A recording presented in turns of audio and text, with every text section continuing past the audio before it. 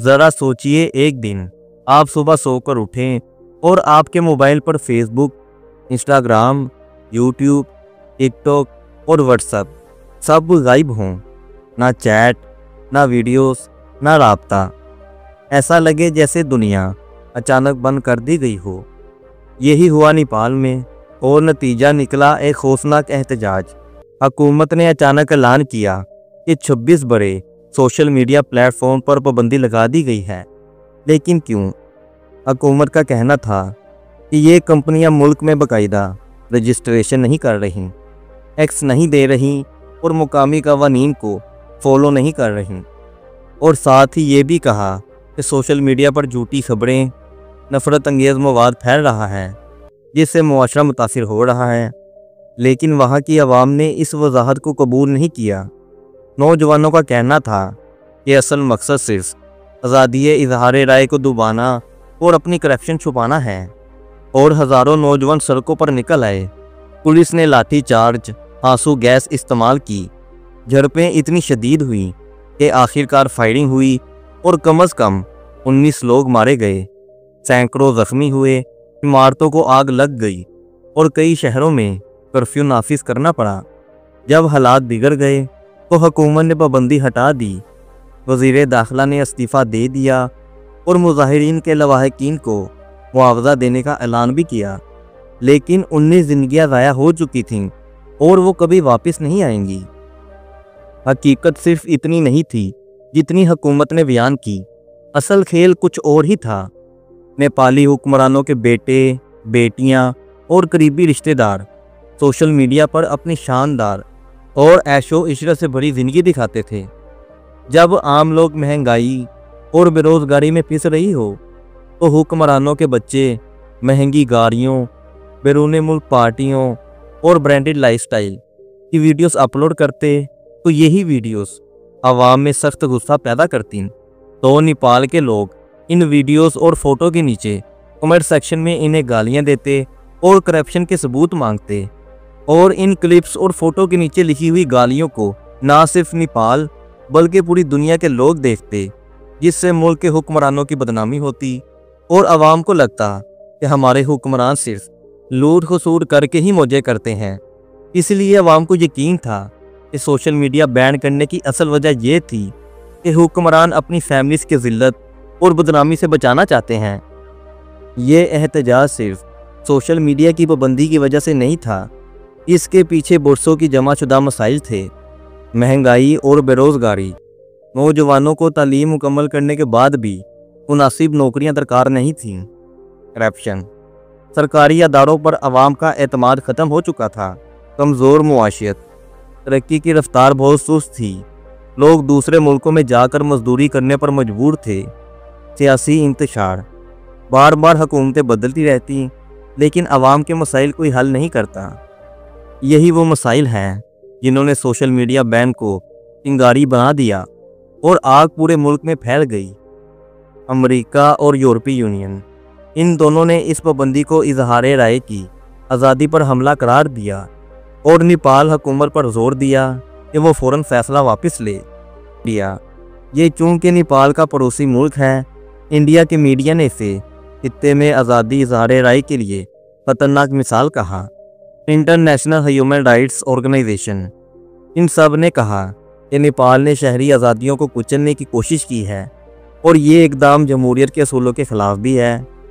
चीन ने ज़्यादा खुलकर तनकीद नहीं की, लेकिन ये कहा कि हर मुल्क को अपने कवानीन के मुताबिक इंटरनेट को रेगुलेट करने का हक है। कुछ ममालिक ने नेपाल की हरकत को मिसाल बताया कि किस तरह नौजवान और जेन ज़ी टेक्नोलॉजी के ज़रिए अपने हकूक़ के लिए आवाज़ उठा सकते हैं। और बाद लोग मोहतात रहने की वकालत करते हैं कि हुकूमतें आज़ाद मीडिया और इजहार की आज़ादी को कंट्रोल करने के लिए कवानीन और पाबंदियों का बहाना ना बनाएं। नेपाल एक खुश्की से घिरा हुआ मुल्क है जो जनूबी एशिया में वाक़या है, जिसकी सरहद शुमाल में चीन और जनूब मशरिक और मगरिब में हिंदुस्तान से मिलती हैं। नेपाल का दारुल हुकूमत काठमांडू है, जो मुल्क का सबसे बड़ा शहर भी है और इसकी आबादी तकरीबन 3 करोड़ अफराद पर मुश्तमिल है। नेपाल की सरकारी ज़ुबान नेपाली है, जिसे आबादी की अक्सरियत बोलती है। अजीब चीज़ें जो नेपाल को वाकई एक अलग मुल्क बनाती हैं, जैसे कुमारी की पूजा। छोटी लड़कियों को जिंदा देवियों के तौर पर इन छोटी बच्चियों की पूजा की जाती है, क्योंकि हिंदू मज़हब के मुताबिक देवी दरगाह नौजवान लड़कियों के जिस्मों के अंदर रहती है जो अभी बुलूगत को ना पहुंची हों। नेपाल माउंट एवरेस्ट का घर है, जो दुनिया की बुलंदतरीन चोटी है, जो सतह समंदर से 8,848 मीटर बुलंद है। हिमालय दुनिया का बुलंदतरीन पहाड़ी सिलसिला नेपाल के शुमाली हिस्से पर हावी है, जो इसे ट्रैकिंग और कोहे पेमाई के लिए एक मकबूल मुकाम बनाता है। नेपाल सकाफती विरसे से माला माल है, जिसमें यूनेस्को के बहुत से आलमी सकाफती विरसों की जगह शामिल हैं, जिनमें खटमंडू वादी, लुम्बिनी बुद्ध की जाय पैदाइश की जगह और चितवान नेशनल पार्क, लुम्बिनी सिद्धार्थ गौतम बुद्ध की जाय पैदाइश है, जो बाद में गौतम बुद्ध बना। ये बुद्ध मत के मानने वालों के लिए एक अहम ज़ियारतगाह है। वादी काठमांडू 7 यूनेस्को के आलमी सकाफती विरसे की जगहों का घर है, जिनमें बंदर का मंदिर, पशुपतिनाथ मंदिर और बुद्धनाथ स्तूपा शामिल हैं। नेपाल में हिंदू मत बड़ा मज़हब है, इसके बाद बुद्ध मत आता है, और इसके अलावा यहाँ मुसलमान, ईसाई और दीगर मज़ाहिब की छोटी बरादरियाँ भी शामिल हैं। नेपाल 2008 तक दुनिया की आखिरी हिंदू मुमलिकत में शामिल था, जहाँ बादशाह के खात्मे के बाद ये एक वफाकी जमहूरिया बन गया। नेपाल का झंडा भी बहुत मुख्तलिफ है, जो 2 धारियों पर मुश्तमिल है, जो दुनिया का वाहिद कौमी परचम है जिसकी शक्ल चकोर नहीं। नेपाल में पाए जाने वाले जानवरों में बंगाल टाइगर, एक सींग वाला गैंडा और बर्फानी चीते इन जैसे जानवर शामिल हैं, और गायें इस मुल्क का कौमी जानवर है। नेपाल की मुआशरत बुनियादी तौर पर ज़राअत पर मबनी है, जिसमें तकरीबन 65% आबादी यहीं से रोज़गार कमाती है। नेपाल की अहम फसलों में चावल, गंदम, मकई, बाजरा और जौ शामिल है।